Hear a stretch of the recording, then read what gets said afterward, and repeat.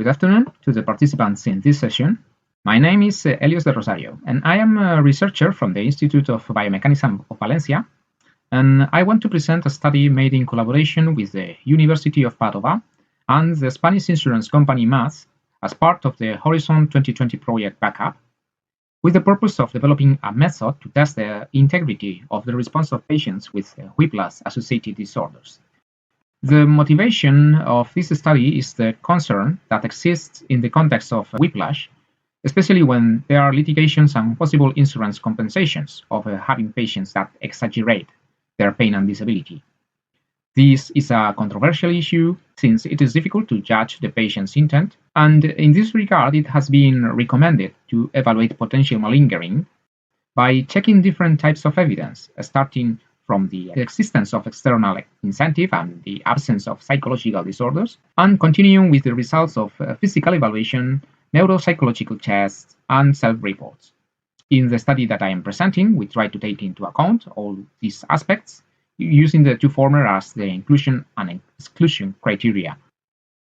So what we made is an observational study recruiting patients from hospitals in Italy and Spain, which were classified in three groups.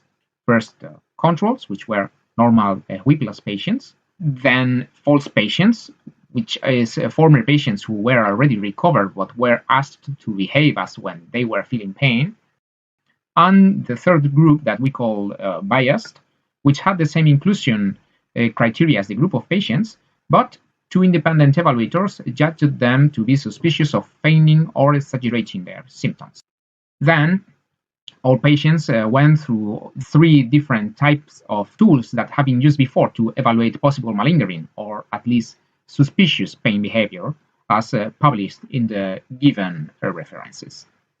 Going straight to the results, the exploration of data and ANOVA tests showed that there were significant differences between groups in the results of the symptoms questionnaire and also in the psychological variables, but not in the neuropsychological test, the AIIT.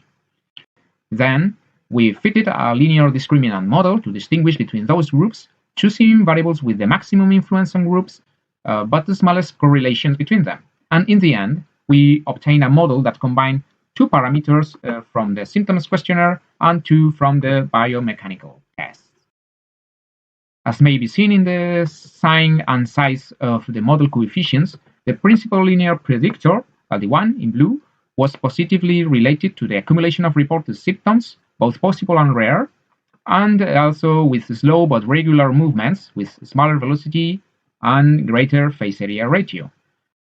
And on the other hand, the second linear predictor increased when the proportion of reported possible symptoms increased with respect to the proportion of rare symptoms, whereas the biomechanical parameters did not play an important role in that.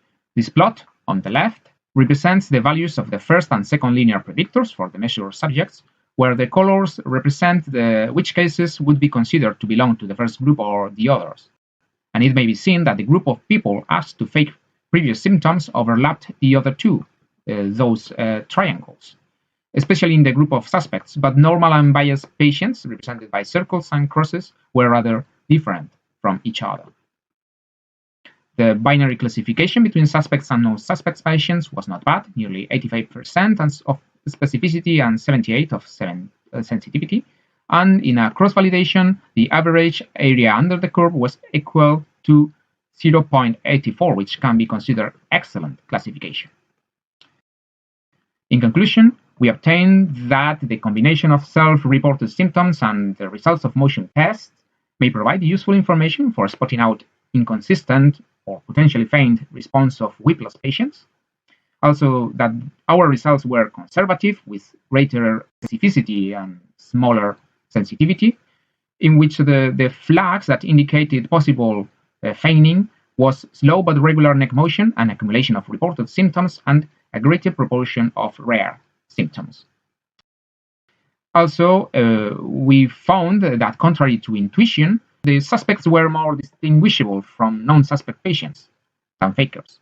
And a possible explanation for this is that the suspect group was chosen by subjective assessment and agreement by two examiners, so there might have been a selection bias that narrowed down the profile of that group. So thank you for your attention. If you are interested in these results and this work, this is the website of our project where you can find more information and also contact with us. Thank you.